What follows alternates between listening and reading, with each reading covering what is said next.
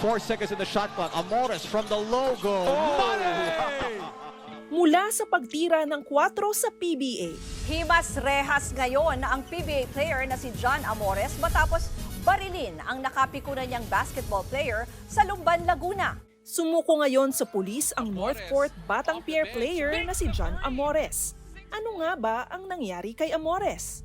Sa video na ito na ibinigay sa News 5, makikita na tila nagkainitan si Amores at ang mga nakalaro niya sa basketball sa Barangay Salak, Lumban, Laguna noong Miyerkules, September 25.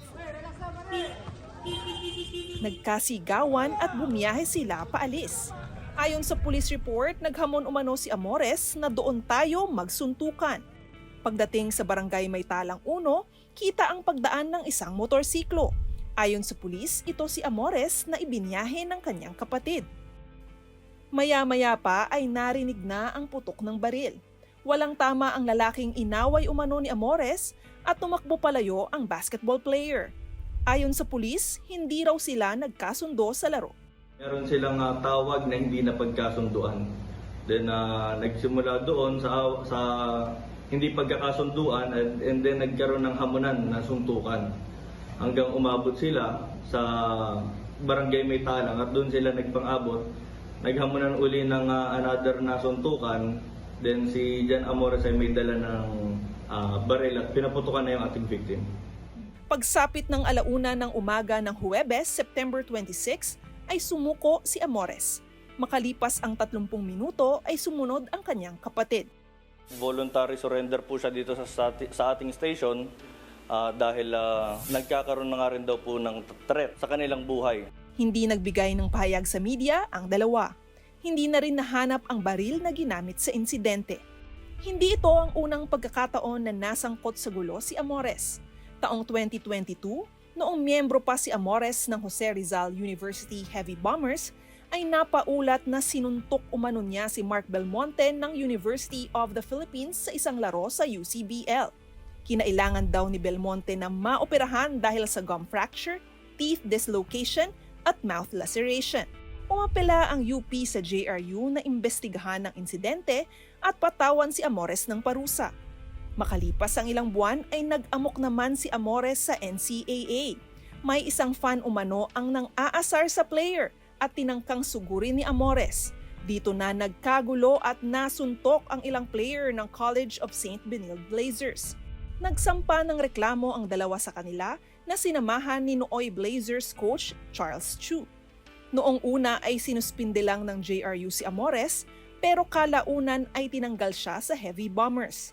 Pinatawan din siya ng indefinite ban ng NCAA. Pero nakahanap ng kakampi si Amores sa Office of the Vice President.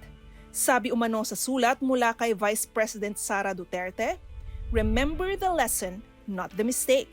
You have a friend from the Office of the Vice President." Bagay na ikinatuwa ni Amores na nagsabing, "I won't lose hope. Somewhere in between, in the darkest season of my life, there's still a light." Ang unang nagbigay ng pagkakataon kay Amores ay ang Zamboanga Valientes para maglaro sa ABL. Sumunod ang Muntinlupa Cagers sa MPBL.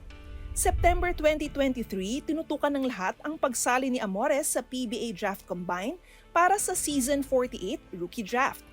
Kwento niya sa palabas na sa totoo lang ng 1PH, inaayos pa rin daw niya ang kanyang ugali sa tulong ng sports psychology at anger management. Aniya, ito na yung pinaka-last chance ko. Hindi na pwedeng mangyari sa akin yon, lalo na sa PBA kung mapipik man ako. At nabigyan nga si Amores ng isa pang pagkakataon nang mapili siya ng Northport Batang Pier bilang 51st overall pick. Hirit niya, ito ang umpisa para maitama ko at maipakita sa mga tao na gagawin ko yung para sa ikabubuti ng career ko. Ultimo si The Beast, na dati na ring nasangkot sa mga gulo sa court, ay binigyan siya ng payo. Hindi nila maintindihan kung anong meron ka ngayon. Kailangan mo lang magtiwala sa taas. Sabi ni Calvin Abueva kay Amores. Dagdag ni Amores sa isang Instagram story, "Not everyone is going to see the goodness in you. Not everyone is going to appreciate the authenticity you are now operating from. And not everyone is going to acknowledge the growth that has transpired within you. But you know that your ability to recognize your endurance, maturity, and truth is going to be enough. At tila umubra naman ito dahil nakakailang tira rin si Amores sa mga laro mula sa PBA Season 48 at nagpasok pa ng 4-point shot sa Season 49 Governor's Cup. Kaya nalungkot na lang si PBA Commissioner Willie Marshall sa insidente na kinasangkutan ni Amores.